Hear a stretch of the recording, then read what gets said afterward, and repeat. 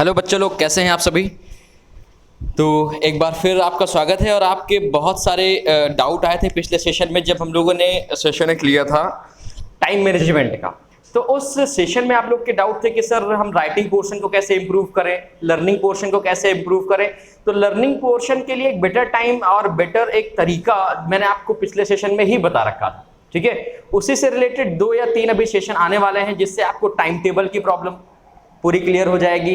अब एक good time table या गुड टाइम मैनेजमेंट और एक गुड गाइडेंस और डायरेक्शन, इन दोनों में फर्क है। तो इन दोनों कंबाइन करके हम अगला सेशन लेके आ रहे हैं, जिसमें हम लोग एक best time table, time management और एक बेटर डायरेक्शन, ये दोनों चीजें डिस्कस करेंगे। कितना इंटरेस्टिंग होने वाला है, ठीक है। तो आई होप आप लोग कंटिन्यू इसको देखते रहेंगे।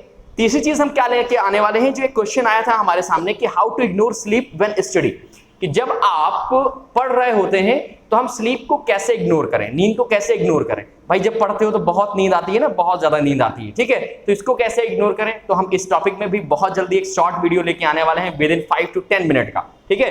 तो इस वजह से फटाफट, अगर अभी तक आप लोगों ने इस चैनल को सब्सक्राइब नहीं किया तो सब्सक्राइब कर लीजिए और देखते रहिए बहुत सारे इंटरेस्टिंग और अपने आप को इम्प्रोवाइज करने वाली वीडियो। तो इम्प्रोवाइज तो कर ही रहे हैं, साथ साथ आपके कोर्स भी कंप्लीट हो रहा है, जो कि बिल्कुल फ्री में आपको दिया जा रहा है, और अच्छे मार्क्स भी आप इसके थ्रू ला सकते हैं, ठीक है। आज का जो हमारा टॉपिक है वो है good hand writing. What is hand writing.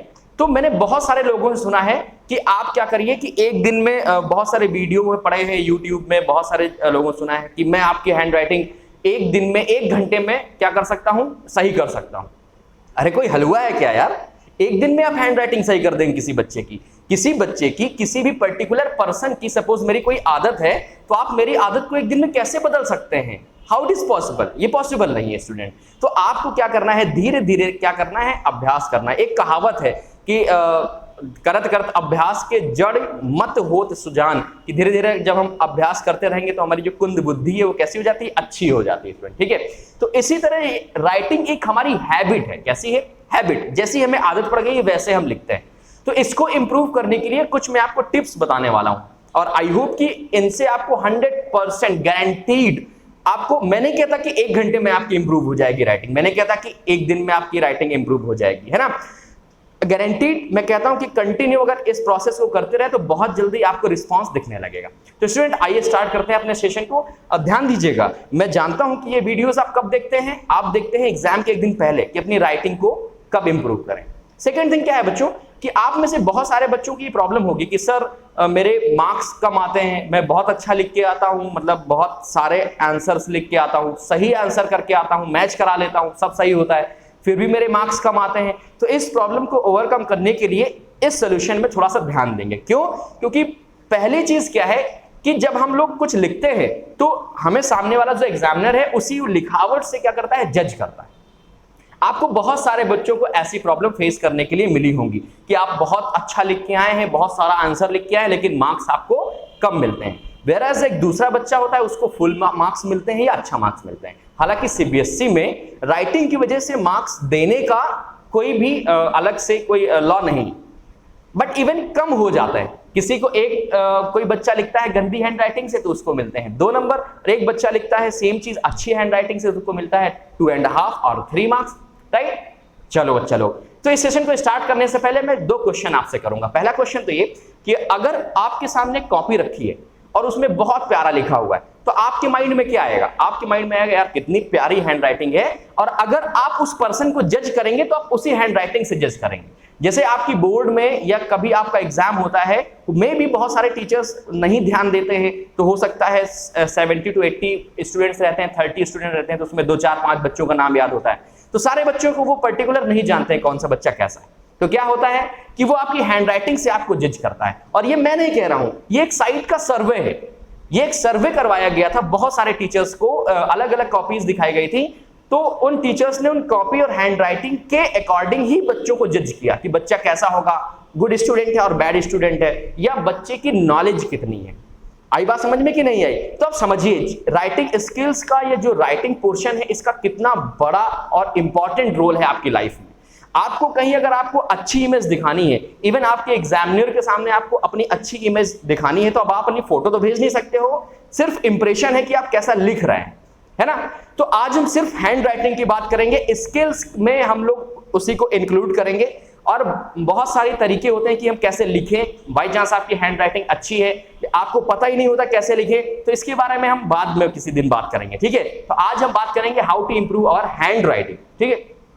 तो फर्स्ट ऑफ ऑल स्टूडेंट, इसमें जो पहला पॉइंट है मेरी तरफ से वो ये है कि आपको, भाई देखो सीधी सी बात है, सभी बच्चों का जितने भी है उनकी किसी ना किसी बच्चे के कुछ लेटर्स खराब रहते हैं, समझ रहे हो ना। मतलब अगर अल्फाबेट 26 है तो 26 में 4-5 लेटर्स, किसी का आर टेढ़ा बनता है, किसी का टी टेढ़ा बनता है, किसी का जे टेढ़ा बनता है, कुछ इस तरह से, है ना।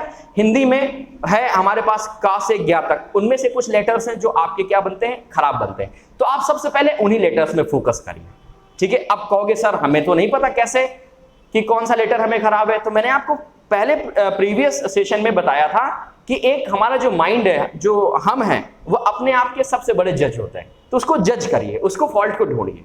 चलिए, तो पहला पॉइंट क्या करेंगे आप कि जो आपके लेटर्स खराब बन रहे हैं उनको आप पहले जज करेंगे, ढूंढेंगे कि लेटर्स कौन से खराब है।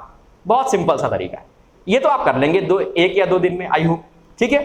फिर इसके बाद क्या है, मैं आपसे बिल्कुल नहीं कहूंगा कि एक्स्ट्रा लिखिए। बहुत सारे बोलते हैं कि धीरे धीरे आप लिखते रहिए, आपकी हैंड राइटिंग अच्छी हो जाएगी। अरे यार, स्कूल में खुद ही इतना प्रोजेक्ट मिलता है, इतना वर्क मिलता है कि लिखते लिखते पागल हो जाता है बच्चा। सुबह शाम तक लिखते ही रहो, पढ़ने का टाइम ही नहीं मिलता। तो मैं नहीं कह रहा हूं कि एक्स्ट्रा आप 2 पेज डेली लिखो, 15 लाइन डेली लिखो ना। जो आप लिख रहे हैं उसमें थोड़ा सा टाइम दीजिए। आप सपोज दैट 1 घंटे में कोई सब्जेक्ट लिख रहा है तो सब्जेक्ट को आप 1.5 घंटे में फिनिश कीजिए। क्या मतलब हुआ, मतलब ये हुआ अपनी राइटिंग को थोड़ा सा स्लो करिए कुछ दिन के लिए। जब हैबिट आ जाएगी आपको सारे लेटर्स बढ़िया गोल मटोल बनाने के, तो अपने आप आपकी स्पीड तेज हो जाएगी स्टूडेंट। तो दूसरा पॉइंट क्या है कि थोड़ी सी राइटिंग को स्लो करिए। लिख तो आप ऑलरेडी रहे हैं बहुत सारा, ठीक है। अगला पॉइंट एक बहुत ज्यादा इंपॉर्टेंट पॉइंट है। आपकी लिखने की पोजीशन डिपेंड करती है कि आपकी राइटिंग कैसी बनेगी। शॉकिंग ना, बट इट्स ट्रू। अगर आप स्ट्रेट बैठे हुए हैं, कमर अपनी सीधी करके, जो बैक पोर्शन है उसको थोड़ा सा स्ट्रेट करके, तो आपकी राइटिंग देखना कैसी बनती है। अगर आप लेट के लिख रहे हो यार, ऑब्वियस सी बात है बिगड़ेगी, है ना। तो आपका जो बैठने का पोजीशन है वो डिपेंड करता है कि आपकी जो राइटिंग है वो कैसे बनेगी। तो मैं आपको प्रेफर करता हूं सारे सॉल्यूशंस को निकाल करके कि आप हमेशा जब कुछ लिखते हैं तो सीधे बैठने की कोशिश करिए, स्ट्रेट बैठने की कोशिश करिए, ठीक है। जब आप स्ट्रेट बैठेंगे तो क्या होगा, आपको लिखने में थोड़ा सा कंफर्टेबल भी फील होगा और राइटिंग भी आपकी अच्छी बनेगी। अब फिर कुछ बच्चे कहते हैं सर मेरी बॉल पेन से अच्छी बनती है, जेल पेन से अच्छी बनती है, डॉट से अच्छी बनती है, ये वो बहुत सारे ऐसे लॉजिक देते हैं। लेकिन ये लॉजिक सही बिल्कुल नहीं है। क्यों स्टूडेंट्स? क्योंकि हम लोग देखते हैं कि जैसी हमारी हैबिट है, हाँ इवन कहीं ना कहीं जेल और डॉट का कुछ फर्क पड़ता है पेजेस को लेकर के। तो थोड़ा सा हमें ये गौर करना है कि हम कौन से पेन को चूज कर रहे हैं। तो अगर आपकी हैबिट स्टार्टिंग से जेल पेन की है तो आप जेल पेन से कंटिन्यू करिए।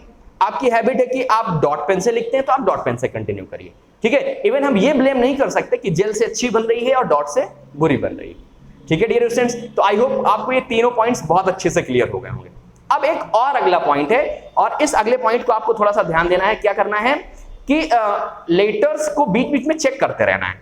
अब क्या सर इतना टाइम कहां है, पढ़ने का तो टाइम नहीं मिल रहा, कैसे करते रहेंगे? तो आप एक काम कर सकते हैं, जैसे आप लिखते हैं ना, तो एक बार पेज में देख लीजिए कौन सा लेटर छोटा बन रहा है, कौन सा बड़ा बन रहा है, कौन सा कैसा बन रहा है। तो उसको एक बार जब आप रिव्यू करेंगे, तो एक होता है रिव्यू और एक होता है रिव्यू दोबारा देखना, ओके। तो रिव्यू जब करेंगे तो आपको ऑटोमेटिक वो लेटर्स मिल जाएंगे जो छोटे बड़े बन रहे हैं, टेढ़े बन रहे हैं। कुछ बच्चों की कर्सिव राइटिंग बहुत अच्छी बनती तो वेरी गुड, लिखना चाहिए। और जिन बच्चों की कर्सिव नहीं बनती वो बनाने की कोशिश करते हैं, तो प्लीज रुक जाओ, अभी मत बनाओ, पहले धीरे से आदत डालो, हैबिट डालो। मैंने बताया ना, राइटिंग इज अ हैबिट, ठीक है बच्चे लोग। बचपन में लिखवाया जाता था, एक पेज लिखवाने के लिए बोल दिया जाता था, 2 पेज हिंदी में लिखने के लिए बोल दिया जाता, इसीलिए ताकि आपकी हैबिट बने, ठीक है। तो ये लास्ट पॉइंट आपको ध्यान रखना है जो मैंने आपको बताया। क्या बताया कि आपको रिव्यू करना है और चेक करते रहना है कौन सा लेटर छोटा बड़ा बन रहा है, कौन सा टेढ़ा बन रहा है। तो जो हाइट है, तो जो आप लोग स्टार्ट करते हैं फुल स्टॉप के बाद, उसकी हाइट थोड़ी सी बड़ी होनी चाहिए, और जो उसके बाद लिखते हैं उनकी हाइट होनी चाहिए छोटी होनी चाहिए। बहुत सारे स्टूडेंट क्या करते हैं, सेम हाइट पे लिख देते हैं, सेम हाइट पे। सपोज मुझे कुछ लिखना है तो मैं लिख दूंगा ऐसे, तो सेम हाइट पे थोड़ा सा इफेक्ट कम पड़ता है। अगर मैं पढ़ूंगा ऐसे बनाऊंगा ही, इसके बाद इज, तो देखो थोड़ा सा इफेक्ट अलग पड़ता है, ठीक है। अब देखो ये जो हाइट है इन लेटर्स की, ये जो लेटर्स है इनकी जो हाइट है, ये भी अपने को क्या करना है, देखना पड़ेगा। बस इस चीज का थोड़ा सा रिव्यू करते रहो कि हाइट कैसी जा रही है, दो लेटर्स के बीच में गैप कितना है, ठीक है। एक लाइन के बीच में गैप कितना है, क्या कैसा दे रहे हैं, लाइन छोड़ के लिखने के लिए नहीं कह रहा हूं मैं, बात समझिए मेरे, दो लेटर्स के बीच में कैसा गैप है, ठीक है, दो वर्ड्स के बीच में कैसा गैप है, ये लेटर्स के बीच का गैप हो गया, ये वर्ड्स के बीच का गैप हो गया, ये थोड़ा मेंटेन करते हुए चलेंगे तो बहुत अच्छी आपकी राइटिंग हो जाएगी स्टूडेंट, ठीक है। आई होप इससे आपको थोड़ी सी हेल्प मिलेगी। और ये अगर पॉइंट आप लोगों ने जो 4 पॉइंट मैंने आपको बताए हैं, ये रिव्यू करिएगा, इसको अपने आप पे फॉलो करिएगा, और हाँ, कमेंट करके जरूर बताइएगा कि यस आपकी राइटिंग थोड़ी सी इंप्रूव हुई कि नहीं हुई। आज नहीं कह रहा हूं, अभी से आदत डालिए, 2 दिन 4 दिन 5 दिन, इसके बाद थोड़ा सा आपको फर्क पड़ता है तो कमेंट करके जरूर बताइएगा। तो स्टूडेंट, मैंने तो अपना काम पूरा कर दिया, ड्यूटी पूरी कर दी, अब आपकी बारी है स्टूडेंट, शेयर कर दीजिए इस वीडियो को, बहुत छोटा वीडियो है और हाँ, ये बहुत ज्यादा हेल्पफुल है। थैंक यू गाइज, फिर मिलेंगे किसी नेक्स्ट टॉपिक पर बात करने के लिए। Bye bye, tata, take care.